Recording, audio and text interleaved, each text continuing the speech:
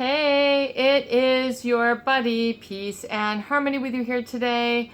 Much love going out to all the beautiful empowered harmonizers. And we're zooming in and focusing in on a great viewer question. And that is, how do you become centered? How do you become grounded? What does that mean? And essentially, as it means to having kind of like an internal locus of control. That was the question. So that is what we're going to address here on this topic. And I think this will also prove to be very interesting to you in really kind of doing that 360, that 180, that backflip to getting you set right emotionally and getting you a clear perspective when it comes to working through a very harmful, hurtful, oftentimes very cold and callous relationship with a manipulative individual, such as someone who is psychopathic. We had a very poignant comment from a viewer who was raised by a very cold, indifferent, and calloused female psychopathic mother figure. And it's absolutely terror. And I believe he said he's 28, and just how difficult it is for him to regain a sense of like he doesn't even know what it means to live. And that I completely understand. And he's like, somebody please give me some attention.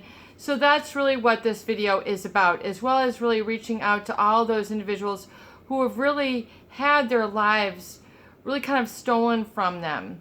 Either from childhood, robbed of your innocence, robbed of your ability to know how to live life. It's a very, very confusing situation to find yourself in, surrounded by individuals who are really, taking advantage of you and really playing a lot of the mind tricks, the enigma, the lack of emotional content, and the emotion, the lack of sensitivity to others, and to be around that consistently, chronically, 24/7, definitely can take its toll.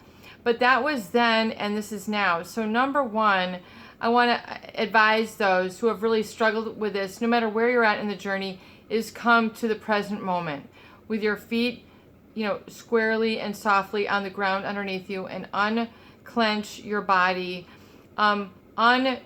Distort your physiology, because what I find is when people have been around someone who have been manipulative or sort of caustic, very toxic with their comments or their treatment of you, and kind of always expecting you to do a lot of the giving, and you're not able to receive. So part of learning how to come to center is learning how to receive, and that you are safe receiving the good and positive feelings. And this is going to be a process. This is not, an overnight, but it can be done. And I assure you, 28 is super young. I mean, you have your whole life ahead of you, and you will learn to come back to your senses and come into your own internal locus of control as it relates to devoid and distinct and separate from this experience. So the number one thing to understand is that you really do have a separate and distinct experience of life, separate and completely away from this harsh treatment, the psychological brainwashing and gaslighting. And even if you don't know where to begin, even if you're, at the grassroots level, literally with your eye peering in the soil, looking up at a blade of grass, that's where you have to begin.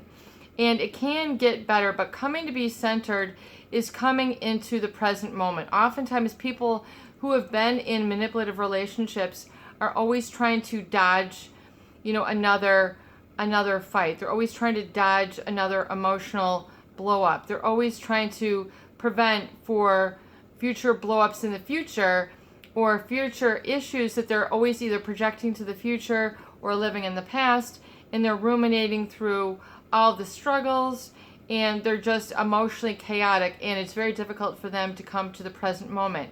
They've never been there. It's never been on the to-do list. It's never been an opportunity. So number one, to get centered and have that locus of control, is you need to come to the present. It's time to stop the ruminatings of the past and all the sort of excuses as it connects to your present feeling, your present state of being, as well as understanding that you don't want to project a lot of hurt, trauma, and drama into the future either, because if you're doing that, you're basically allowing the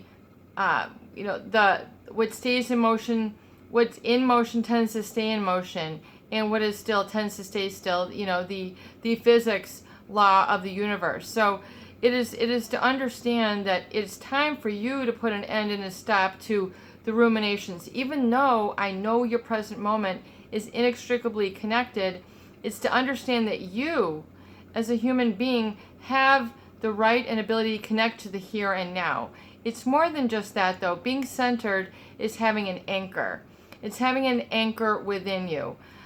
Usually when people have been through relationships with abusive others, emotionally abusive others, people who are, severely malignant borderline, who are just very black and white or very impulsive, are always living in the fear, are always living in the worry, and so are always catastrophizing and awfulizing things. Or someone who is, narcissistic, who really is just all about taking and all about themselves. Or the psychopathic, those individuals who don't have the ability to connect or have a relationship with others. You've been around some relationships that haven't patterned you, for, a healthy exchange and the ability to receive and be in the present moment. So it is to become anchored, to understand that when you are trauma bonded, essentially you become anchored in an individual who is outside of you.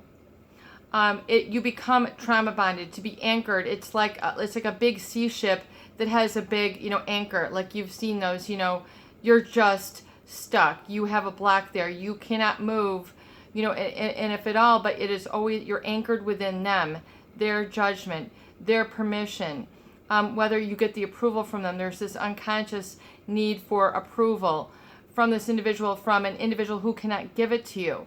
It's to be set up for failure. It's to control you. What ends up happening is, in these relationships, you end up getting controlled to do as they say, to feel about yourself as they reflect back to you in a negative, validated state. So it's for them to hurl insults and then to tell you why, it is to tell you, why can't you think for yourself? Why can't you do this? So it's a really double whammy. They're setting you up for, a self-fulfilling prophecy of your own demise. So they're setting you up for ruin, and they tend to take kind of a little bit of credit, better for themselves if they see you in ruin. So it's for them to be abusive and say, see, you can't think for yourself. It's like beating somebody down and then saying, why can't you get up? Why aren't you strong? It's because you've been repeatedly wounded. So it's a really strange position to find yourself in. So number one is to go now contact and get them out of your aura space completely. So out of your mind's eye. Because oftentimes if they're stuck and you've repeated and rehearsed this person, their treatment, and then identified yourself with the negative validation of that, it is to extract that from yourself now and saying that is no longer valid. That is null and void. It's statistically irrelevant. So it doesn't have any bearing on your the present moment. So, you might only be able to be present for a few seconds, a few minutes, but you can, get there as long as you can tolerate and as long as you can handle it. Because once you get to the present moment, you begin to calm down, you begin to enter your own body. When you're in a relationship with a manipulative individual, as we've stated before, you're always on the flinch and flail. You're always on the defense. You're always then building yourself up with defense mechanisms to protect yourself or seem attractive. Again, anchored from a locus of control that is outside of you. So the anchor, once you become consciously aware that this anchor had hitherto been outside of you, i.e. how you determined your self-worth, how you determined if you were a success, how you determined if you were doing the right thing, how you determined if your life had meaning or value, or you could cut the mustard, cut the rug, whatever it is, was oftentimes inextricably related to the anchor within this person. So it's important to let that go and then really clear out all that sort of back drama, and to let it go. But oftentimes people are clinging onto their past and the feeling from the past for dear life because they don't know how, or they haven't been, given permission to come to the present and let it go. In other words, their body is always sort of clenched down. They're making themselves smaller. It's a very, very sad thing when you see, a beautiful, strong, tall gentleman who's, under the whipping post of someone who is borderline or narcissistic or psychopathic, and they begin to clench down. Their neck, they're not able to carry their full power and demeanor because they're always having to acquiesce to the rage or the drama or the manipulation of another, and it literally physiologically makes you smaller. And then, as you can imagine, you're then setting your DNA to set up the energy within all of your cells to then conform to that repressed state, to that denigrated state. So then you begin to kind of think small, feel small. You can't live your full wingspan. So it's to understand how that had been replicated in your body, how in your mind's eye you would replay it again and again, and to become aware of it and say, no more. That was then, I have the now. That was then, I have the now. And it does not have any impact or bearing. It's not, written anywhere. It is, you have to realize that it's important to extract all that from your present feeling state and practice being in the moment, which means not having yourself defined by all the negativity. So emerging out, coming out of that and that identity that I am, where you've defined yourself there, and then saying, I'm in a new space and I am in the new space, and it is free and clear. I am in the new space and it's free and clear in the here and now, and that's where my power resides. And repeating this over and over and over again, and really hitting that home and getting that into your heart and your body, you'll be able to then come into the present and then allow sort of new thoughts to filter through, that when the fear is, the guard of fear is let down, you're no longer engaging in the defense mechanisms that have kept you anchored with this person or this event or that situation. So then to come anchored to the now is to then realize that all of your solutions, your power is in the present moment, where you have that expansive, at peace way of thinking. In other words, and you begin to take off the labels. You begin to take off the judgment. All that is ego bound, meaning it is tied to that, that egoistic way of life. So whether you say, I am white, I am black, I am tall, I am short, I am this, I am that, it is to remove all those labels. Allow yourself for a moment to let go of all those labels and judgment that are tied to that egoistic way of thinking, that are tied to the rat race, that are tied to these faulty relationships, that are tied to the faulty way of thinking. And believe me, you're going to rejoin with others in the present. It's not like you're going to be living isolated when you cleanse your space and your mind and your subconscious of that. You are going to, from that clear slate, you are going to rejoin with a better life. So it's not like you're leaving your reality. It's that you are clearing the space. You're clearing the window. You're taking the Windex. You're cleaning off the grime. You're taking that old scratch record and you're throwing it out. You're throwing away all that sort of those rough copies, the rough draft of life. That's really what it is. It's like the rough draft. Remember when you were in school and you did a paper and you had all the X's out, put this in, put that in. I don't know about you when you were a kid, but I had some rough drafts. And then I'd have the final copy, and that I was okay with. So your now is like, I am enough. I have what my ideal is. That's where I can get it from. And that's when your solutions can begin to bubble up to the surface. When you're in a calm, relaxed body and unclenched and in the present moment, and then anchoring, realizing that the anchor, the strength is within you. It is within you. You are the winner here. The strength, the ideas, the motivation, the drive, the health, the clear thinking is in your hands. And it's so important that you then learn to some anchoring activities. So you might, you might want to also visualize, but anchoring is a way for you to do this with your, it's a way for you to remind your body to come to the present moment. So you can sit and calm, and then this is called an anchor, when you consciously, intentionally direct your thought and feeling to an experiential state. So you do this and you say, I am present. And every time you do this, you put these two together, or you might do this, your third finger and your thumb, I am present. And then you anchor and you allow yourself to feel in the present. And you just allow yourself to be. Not to do, not to work, not to struggle, not to clean, not to cook, not to think, not to analyze, not to sort. Okay, not all that ego-based stuff. Okay, that is all the trappings of the ego, the day-to-day, the this, the that, the other thing, all the judgment that is caught up in that, the good, bad, all that definition. You need to take some time and have a day, a moment, an hour, a half an hour, a few minutes, just to clear the slate and say, I am present.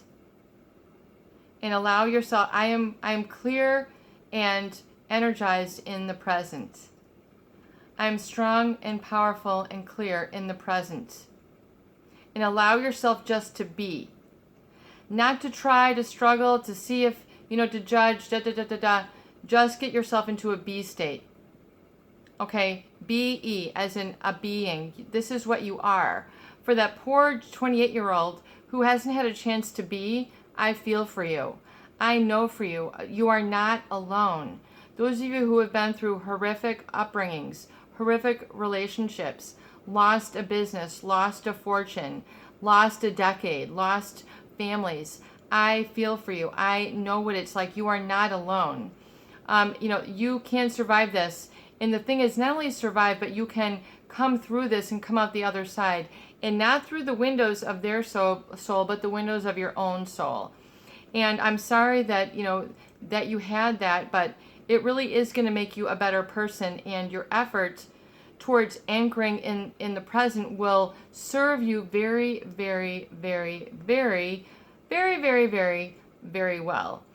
And so anchoring is a conscious, again, it's an effort. It's setting a physiology. You're consciously resetting your physiology when you enter into an anchoring state. Okay, and so it is a way for you to remind yourself of the present. So when you're feeling that you're going to start ruminating, you come to this, bring yourself to the present. When you consciously do this, you override the imprinting of the past. You rewrite it, and then you rewrite your physiology.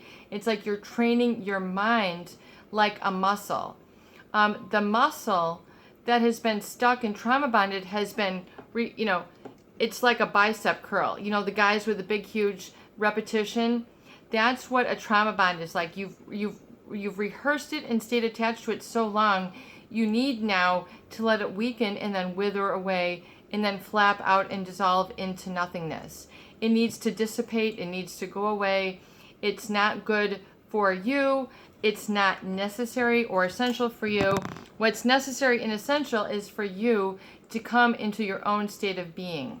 And then to anchor is then to realize that you can then, from this space, create a huge open vast space. So this is where you have all the personal space in the world to be able to focus. And then you can begin just to feel, just to be calm. To be centered means that I am congruent in my body, mind, and spirit. In other words, I'm not in a reactive state. I'm no longer being in a force as a counter force to someone else's force. So you are no longer, you're realizing where your decisions and your choices had been to be as a reactive state. David Hawkins, Power versus Force, in chapter 8, he talks about what it's like to be a counterforce to a force. So if you're always a counterforce to somebody's force, you're always in a reactive state. You're not in a be state. And that is very counterintuitive, but it is a defense. It's a way for you to defend and protect yourself and cope with a difficult situation. Once again, fight or flight. If the bear is chasing you in the woods and your heart rate goes up and you enter into a fear, you're then reacting, you're running. Okay, so too much of that really becomes very, very draining, fatiguing. It is stress. And then your mind then, tends to repeat all these defense mechanisms as if the bear is still there. So you tend to hold onto these patterns. What's in motion tends to stay in motion. That's the law of physics. An item at rest tends to stay at rest. So it's important to realize how that had then created a negative momentum in your life, and is to say, okay, I realize that now, and I forgive myself as I had encountered this, and this, there's nothing that I could have done to prevent or prepare for this. It is what it is. But my higher self is as well. Okay, your higher self, your healing is as well. So healing is. Coming into wholeness is. Letting go of the judgment is. So letting go of that and all the labels. If you're caught up in that, you're staying stuck. So, it's to release and really take the big eraser, the emotional eraser, to all that junk and to let it go. And then come into the present where you're centered, and then you're allowing yourself to just be. So it seems so simple, but it's something that you really do need to practice and rehearse, and then allowing yourself to be for longer periods of time, and then anchoring, getting into that anchor state. So you're resetting your subconscious. So you have to, initially become you're unconsciously incompetent, meaning your life is out of control. You're not living your purpose. You're not living your mission. You're not happy. You're not taking in. You're not able to receive the good. It doesn't have a landing pad within you. It's like any sort of compliment just flies out the window in one ear or the other. You don't know how horrible I am. You don't know how awful I am. You don't know my family. I will never be able to, live through this. I will never be able to, let go of this. I will always have a difficult life. These are the things that people tend to tell themselves when they're stuck in that negative trauma. But to rise up is an amazing, amazing experience. When you come to the center and you realize that you have let go the chains that have kept you stuck, and you begin to learn to anchor yourself in the present. And yes, it is very powerful.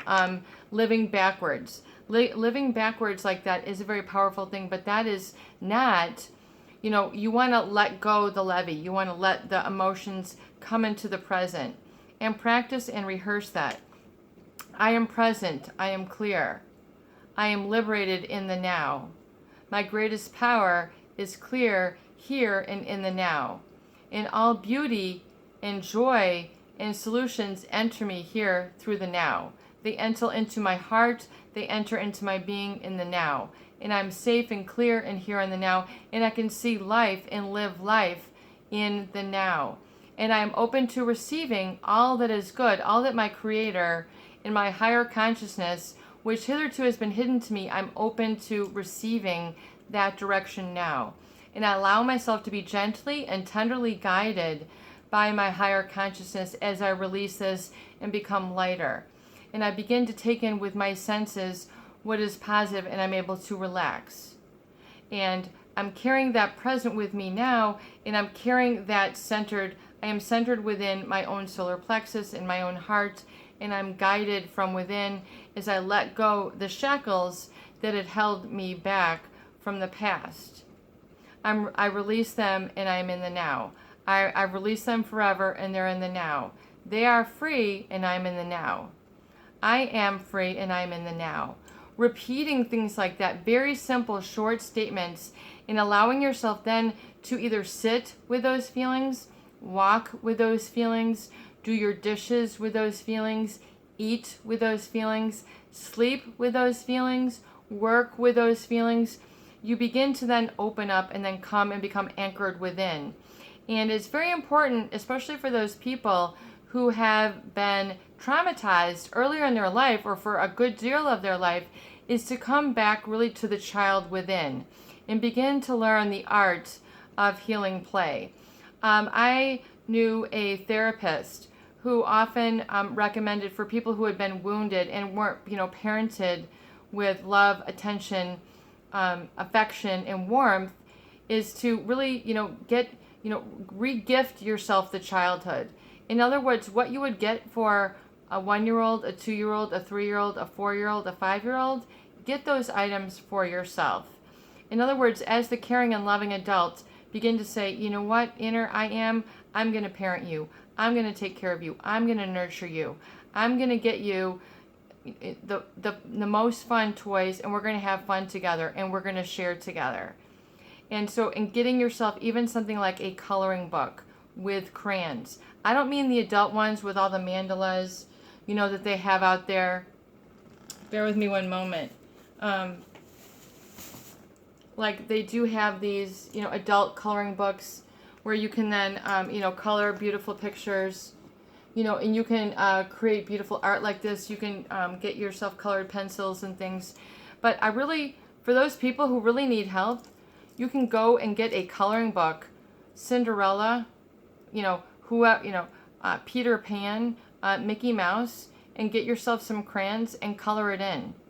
And color up a whole coloring book. And get it, you don't have to overdo it and, hang these on your wall, but re-engage the inner child and begin to reparent yourself from whatever stage you felt you were really wounded. And, or maybe you just want to play nursery rhymes. You want to watch cartoons. You want to sit in your jams. You want to buy yourself some jams or a security blanket. I mean, I'm not saying regress, but reparent and sort of bring to the present the caring that you needed, so you don't feel you've got this gap within.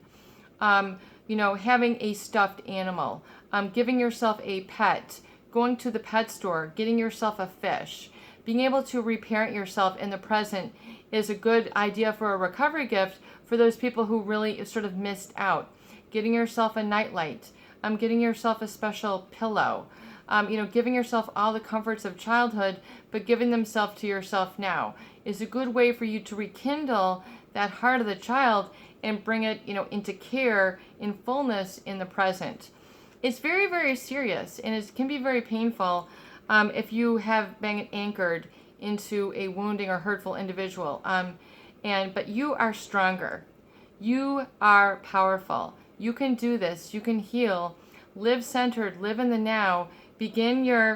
Remember your anchoring. Get yourself centered and begin to do this a couple times a day. Even as you do your regular activities, I think you'll find you're connecting, you're creating this physiological, kinesthetic connection within your body that is looped within you. It's not looped within anybody else. You're creating a loop within yourself, a connection. And begin to also, study things like this. Begin to associate with practitioners who teach this, who can help you with this. Whether it's the healing art of yoga, the healing art of meditation, mindfulness, chanting, playing the singing bowls, going to hear beautiful music, that is of your finding, of your support, not what was anchored outside of you, but that you have found and developed within yourself. This will give you tremendous power, security, and happiness. It's your buddy, Peace and Harmony, here today. I hope that these videos do help. Please share, please subscribe for more great tools, videos, discussion, and support.